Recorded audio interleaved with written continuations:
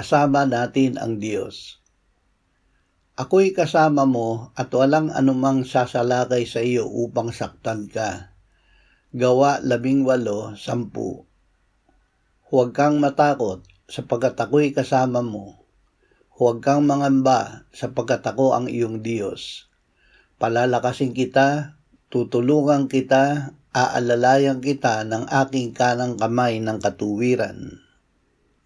Sapagkat ibibilin niya sa kanyang mga anghel ang tungkol sa iyo upang ingatan ka sa lahat ng iyong mga lakad. Ano nga ang ating sasabihin sa mga bagay na ito? Kung ang Diyos ay panig sa atin, sino ang laban sa atin?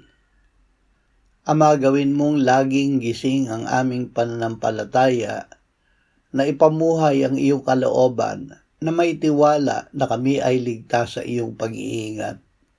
Salamat na hindi mo kami iiwan o pababayaan. Amen.